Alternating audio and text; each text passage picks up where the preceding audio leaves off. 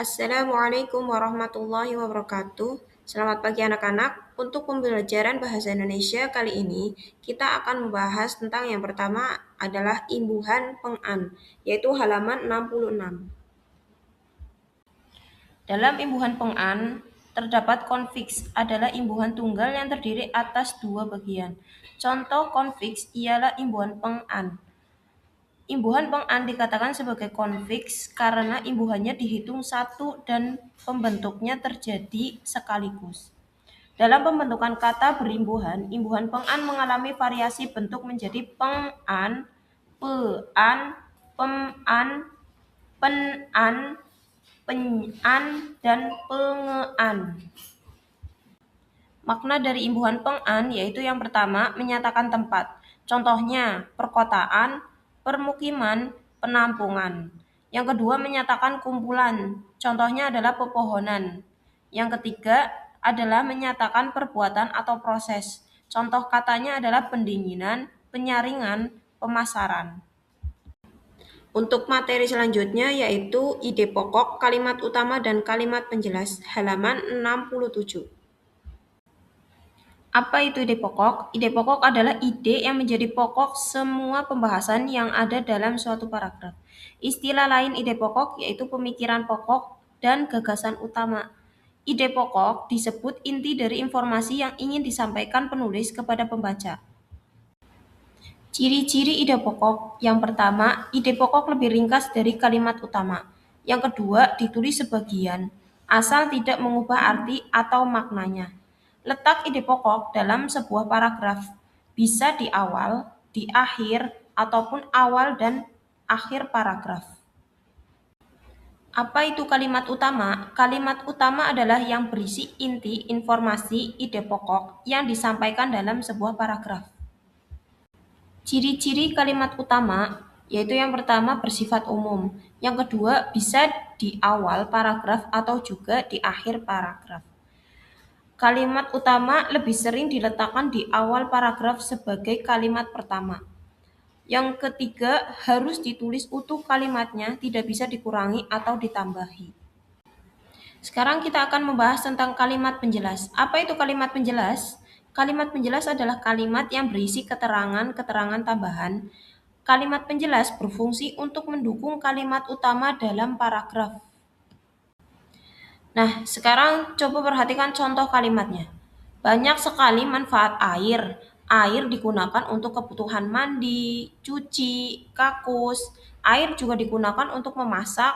Selain itu digunakan untuk pengairan. Kalimat utamanya adalah banyak sekali manfaat air. Sedangkan ide pokoknya manfaat air. Kalimat penjelasnya yaitu air digunakan untuk kebutuhan mandi, cuci, kakus. Air juga digunakan untuk memasak. Selain itu digunakan untuk pengairan. Ini contoh kalimat ide pokok, kalimat utama, dan kalimat penjelas. Untuk pembelajaran selanjutnya yaitu kita akan membahas tentang poster. Apa itu poster? Poster adalah pengumuman atau iklan dalam bentuk gambar ataupun tulisan yang berisi himbauan atau ajakan untuk melakukan suatu hal.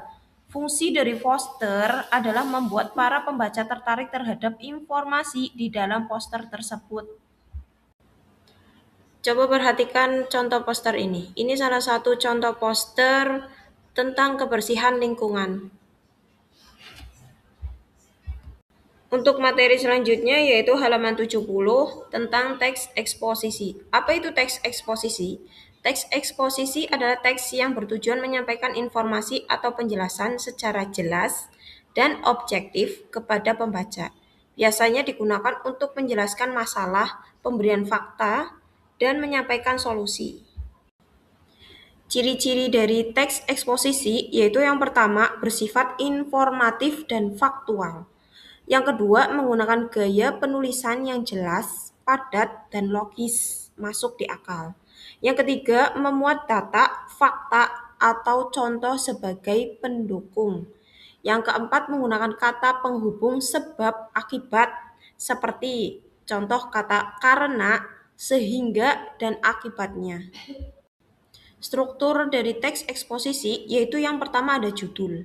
Judul adalah kata-kata yang digunakan untuk menggambarkan dari keseluruhan isi tulisan dalam teks eksposisi yang disajikan.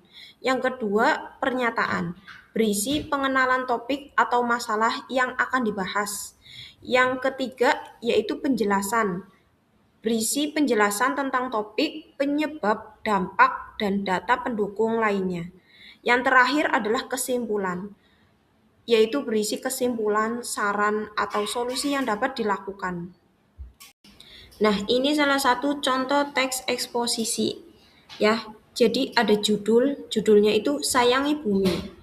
Ada pernyataan, pernyataannya itu masalah lingkungan seperti polusi udara, sampah plastik, dan penggundulan hutan semakin mengkhawatirkan.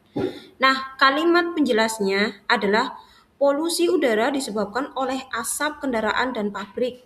Sampah plastik mencemari lingkungan karena sulit terurai. Selain itu, penggundulan hutan menyebabkan erosi dan kerusakan ekosistem.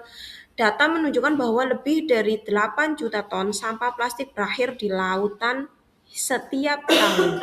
Sedangkan kesimpulannya yaitu pada kata solusi untuk masalah ini adalah mengurangi penggunaan plastik, menanam pohon, dan mendaur ulang sampah. Mari kita bersama-sama menjaga bumi demi masa depan yang lebih baik.